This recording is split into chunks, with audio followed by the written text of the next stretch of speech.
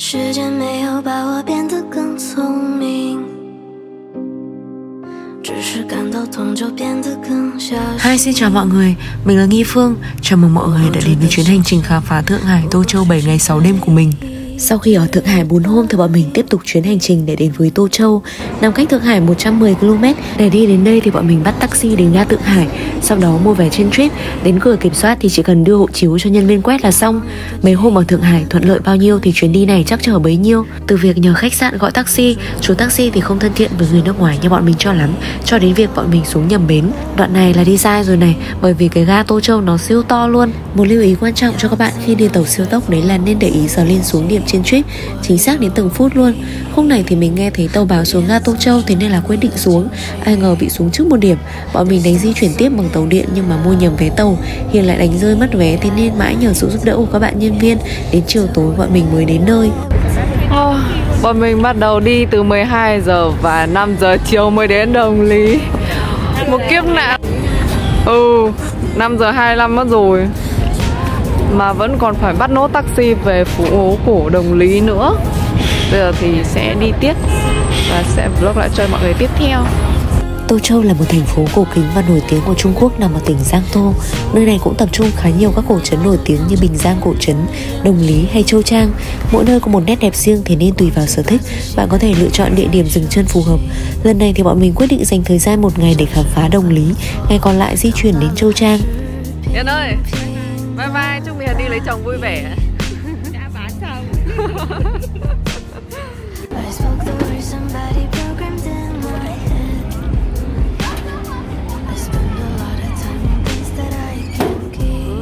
Ngồi đấy. Giờ chúng mình sẽ được ngồi đây.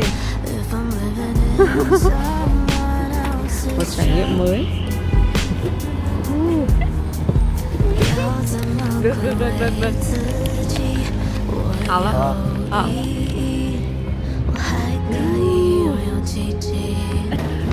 Điện thoại không có giảm sóc được này.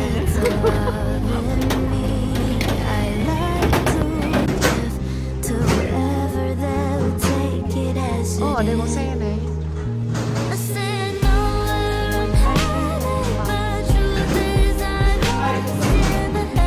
不是我是越南的。对。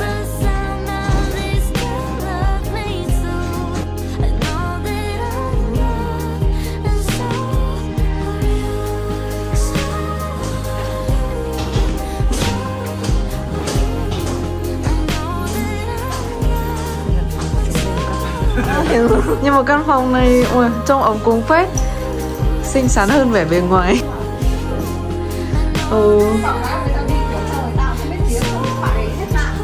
Đấy, không nhắn được cho mày. Hơi lo. Ôi, ở đây chúng mình còn có bồn tắm nè. Ở đây có thể bật đèn ở đâu ta?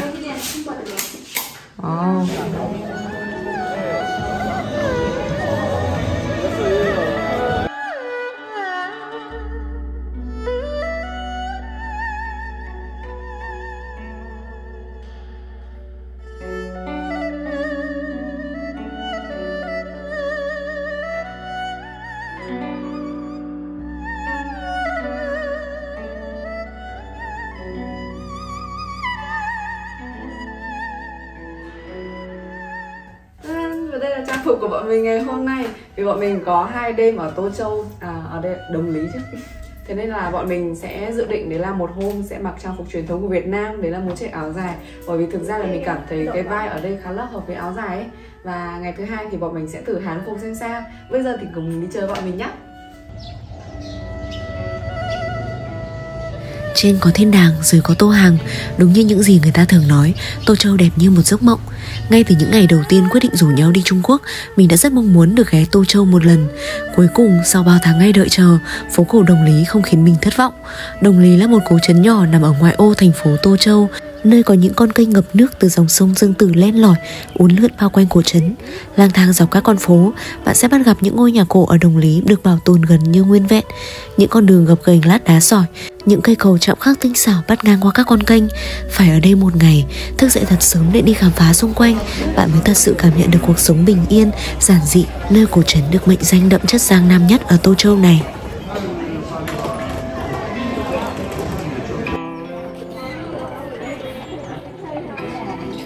Ở đây thì nếu mà mọi người muốn mua túi thơm về làm quà thì có thể lựa chọn tất cả các màu ở đây nha.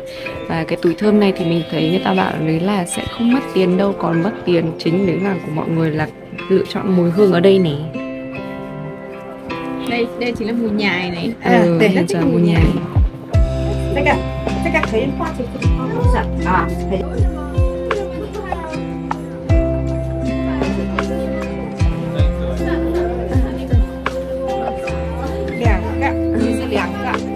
Vậy. 谢谢。你要哪一个？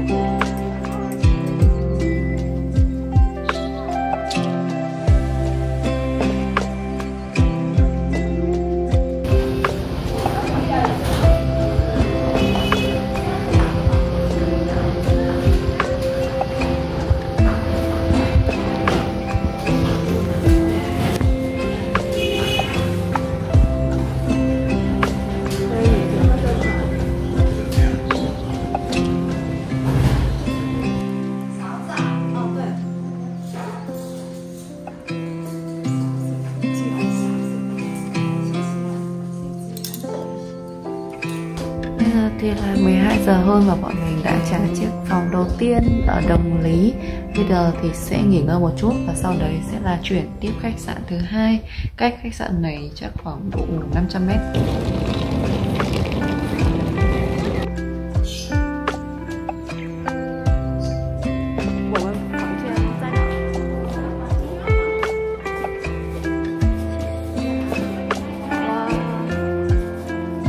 Đây là chiếc phòng thứ hai của mình. Đấy, từ đầu tao mới bảo mày bảo nhau là phòng này cũng ok rồi. Đấy. Thì không, nghĩa là mình cũng hơi lo rồi, không biết cũng thế nào mình chọn phòng đắt hơn đấy.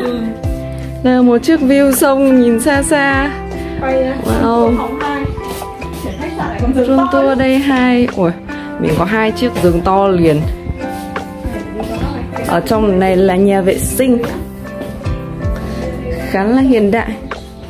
Ngày hôm nay bọn mình định đi Châu Trang ấy, nhưng mà ngày hôm qua bị lỡ một chút tàu, thế nên là ngày hôm nay bọn mình quyết định là hủy cái căn ở Châu Trang, mặc dù đấy là đã trả tiền rồi và ở thêm Đồng Lý thêm một ngày nữa. Rất may đây là căn phòng mình đã chọn chỉ tầm độ, hôm qua là mình trả hơn 750 thôi, nhưng mà mình cảm thấy khá đẹp luôn ấy, rất phù hợp, quá phù hợp với giá tiền này rồi, thế nên mọi người có thể tham khảo nha. Ôi, tâm trạng bây giờ đang siêu thích luôn. Tí nữa thì bây giờ bọn mình sẽ chuẩn bị nghỉ ngơi một chút và sau đấy là sẽ đi thời Hán phục và tận hưởng nước ngày hôm nay. Một trải nghiệm chắc chắn không thể bỏ qua khi đến với cổ trấn, đấy chính là thuê Hán phục. Trước khi đi chơi thì chị chủ nhà có dặn bọn mình chỉ cần thuê mất tầm 100 tệ thôi, chỗ nào hơn thì có thêm mặc cả. Sau khi lượn một vòng xung quanh khảo giá thì mình quyết định chọn nhà này, chỉ có 50 tệ cả make up, làm tóc, thuê trang phục, thêm 8 tệ là có thể nhờ các bạn ấy chụp được 5 tấm ảnh rồi. Ban đầu thì mình cũng phải hỏi đi hỏi lại để xem có đúng không ấy. Rẻ nhưng mà không đồng nghĩa với việc chất lượng không tốt đâu, bởi vì bạn nhân viên make up và làm tóc cho mình kỹ lắm, mất hẳn gần 1 tiếng, thế nên là làm xong cũng 4 giờ chiều rồi. Chiều nay thì chắc chỉ đủ để mình và Bảo Anh chuẩn bị thôi, không kịp make tóc cho Hiền, thế nên là mai bọn mình sẽ quay lại sau vậy.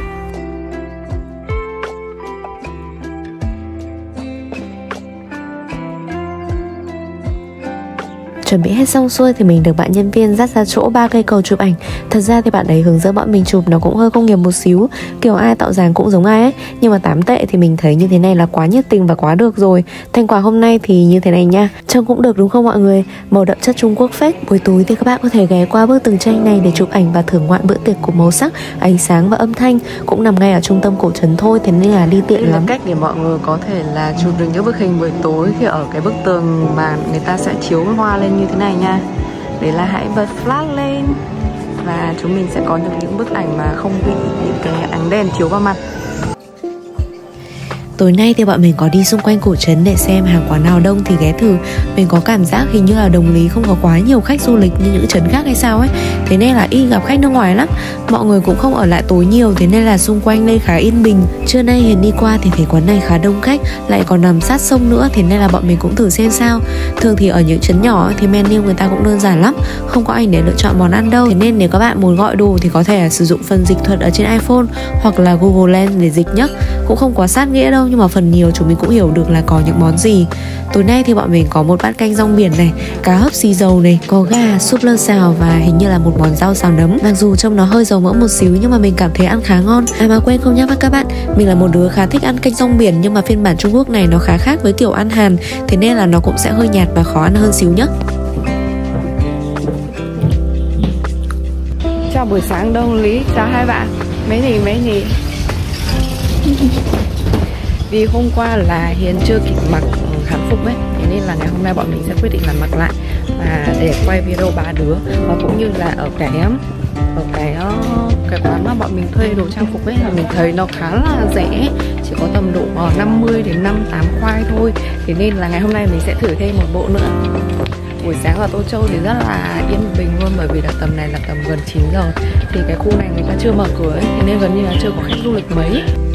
Tối qua thì mình cũng hỏi trước xem là quán thuê đồ mấy giờ mở cửa, thì các bạn ấy nói là 9 giờ. Bây giờ thì cũng chưa đến 9 giờ ấy, thế nên là bọn mình cũng tranh thủ đi hết các ngõ ngách ở trong trấn để tham quan luôn. Đồng Lý cổ trấn khá nhỏ nên là chỉ cần đi bộ thôi cũng đủ để khám phá hết rồi. Buổi sáng tầm này thì yên tĩnh lắm, chỉ có tiếng các cô các bác dậy chuẩn bị mở hàng và tập thể dục thôi. Thỉnh thoảng thì cũng bắt gặp một vài con thuyền nhỏ như thế này. Các chú các bác thì trèo xung quanh vật từng chiếc lá để giữ cho làn nước trong kênh xanh ngắt.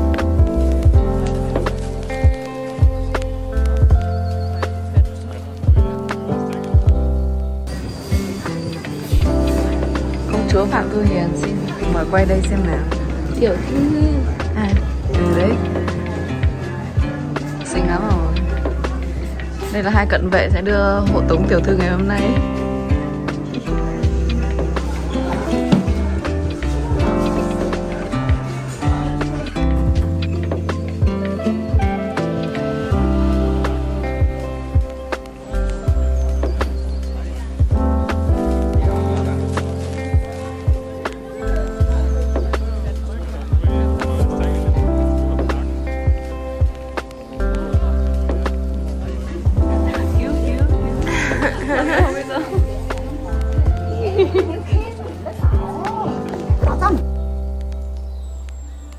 Nếu có ai hỏi mình đi Đồng Lý 2 ngày có chán không vì trấn nhỏ xíu ấy, thì mình sẽ trả lời là không nha, để mình ở đây 1 tuần còn được. Như bình thường thì mọi người sẽ mua vé vào cổng để tham quan, nhưng mà vì bọn mình ở luôn trong trấn, nhận phòng vào buổi tối nên là không cần trả vé. Tuy nhiên thì cũng vì thế nên các di tích bọn mình cũng không tham quan được luôn, bởi vì cần vé mà. Nhưng không sao, dành thời gian để thư giãn ở đây thì cũng tuyệt vời lắm. Bên cạnh đấy thì mình vẫn có cảm giác ở Đồng Lý không bị thương mại hóa, con người thì vô cùng thân thiện, cuộc sống yên bình, đồ ăn lại ngon nữa. Nếu để lựa chọn lại, mình vẫn sẽ lựa chọn Đồng Lý làm điểm dừng chân đầu tiên trong chuyến hành trình khám phá Trung Quốc này. Bọn mình ở Trung Quốc đến hôm nay cũng là ngày thứ 6 rồi. Đang lúc cảm thấy ăn nhiều đồ Trung quá cũng hơi chán thì gặp ngay quán đồ Tây ở cuối trấn. Vào đây ngồi rồi gọi đồ thì mình mới phát hiện đây chính là quán cà phê sáng nay. Quán này thì sáng bọn mình cũng có nói chuyện với nhau ấy, bởi vì cái view nó khá là chill, thế nên là cũng muốn ghé qua đây ngồi thử. Lúc này thì quán chỉ có bọn mình làm khách thôi, và cũng có chị chủ quán cũng là người duy nhất tiếp đón và làm đồ, thế nên là đồ ăn cũng hơi lâu một xíu, nhưng mà ngon lắm luôn nha. Hoặc là do lâu ngày bọn mình mới được đổi khẩu vị, thế nên là bữa ăn này hợp miệng hơn hẳn.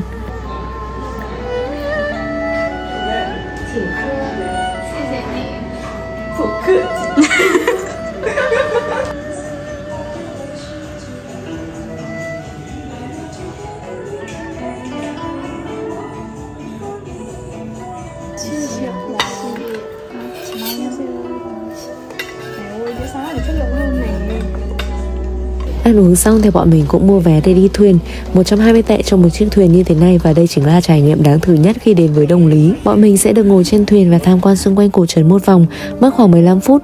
Ngắm cảnh từ đây thì mới thấy được hết vẻ đẹp của cổ trấn, nhuốm màu thời gian và yên bình đến lạ thường. Hôm trước thì mình có để ý thấy một vài thuyền các cô còn vừa chèo vừa hát cơ, cũng hay, nhưng mà hỏi thì cũng hơi ngại, thế nên là bọn mình cũng thôi, im lặng và hít thở bầu không khí trong lành, cảm nhận thực tại bằng tất cả các giác quan trước khi phải rời xa nơi cổ trấn xinh đẹp. Giờ thì cũng đã hơn 4 giờ chiều rồi. Nay thì bọn mình cũng bắt taxi thẳng từ cổ trấn đến ga Tô Châu luôn. Tạm biệt Đồng Lý, tạm biệt Tô Châu. Cũng không thể nói lời hẹn gặp lại vì chẳng biết bao giờ mình mới có cơ hội được đến đây một lần nữa.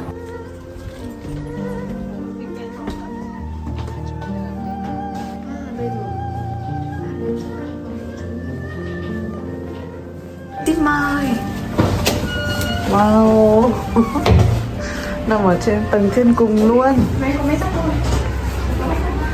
Ở đây là cả một căn nhà, và bên ngoài thì bọn mình có thể nhìn thấy Thượng Hải về đêm. Tốt rồi.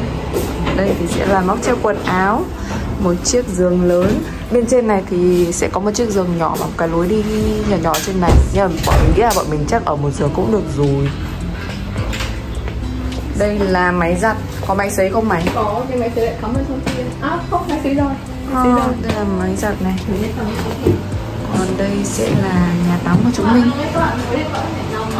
Ngày cuối cùng thì bọn mình cũng thong thả lắm. Dậy muộn này rồi, chuẩn bị xong hết rồi, xếp đồ, còn có cả thời gian để nằm trên giường tán chuyện với nhau cơ. Xong xuôi thì trả phòng, gửi vali và lang thang xung quanh căn hộ. May mắn thế nào bọn mình book được ngay căn vô cùng thuận tiện. Đi một đoạn là đến Shanghai Post Museum với chiếc view siêu đỉnh cao, chụp ảnh lên trông như trời Tây luôn. Đây cũng là một địa điểm quen thuộc, đáng để bạn ghé thử một lần đấy nhá. Đi thêm một đoạn nữa thì bạn có thể bắt gặp những quán cà phê nhỏ nằm dọc ven sông. Thời tiết đẹp và dễ chịu nên tản bộ hay là ngồi ở đây thưởng thức trà, cà phê thì nó cũng tuyệt lắm. Đứng từ đây thì bạn còn có thể ngắm được cả tháp truyền hình Đông Phương Minh Châu ở phía xa xa kia nữa. Sang khu vực bên kia cầu thì bọn mình có bắt gặp được một quán cà phê nhỏ với chiếc view sông siêu đỉnh. Đây cũng chính là địa điểm cuối cùng mà bọn mình ghé trong chuyến du lịch Thượng Hải Tô Châu 7 ngày này. Nếu như với mình ở những chuyến đi trước thì mọi nơi đều để lại trong mình những điều tiếc nuối. Tiếc chưa thể đến nơi này nơi khác, tiếc không có đủ thời gian, tiếc trời không đủ đẹp. Ấy thế mà với chuyến đi Thượng Hải này thì mình cảm giác không có gì để tiếc nuối cả. Mọi thứ đều vô cùng tròn trịa vừa vặn. Một chuyến hành trình ngắn ngày và không cần vội vã. Tạm biệt Thượng Hải, tạm biệt Trung Quốc. Hy vọng mình sẽ có cơ hội để khám phá mảnh đất tươi đẹp này thêm nhiều lần nữa. Thượng Hải, 再见.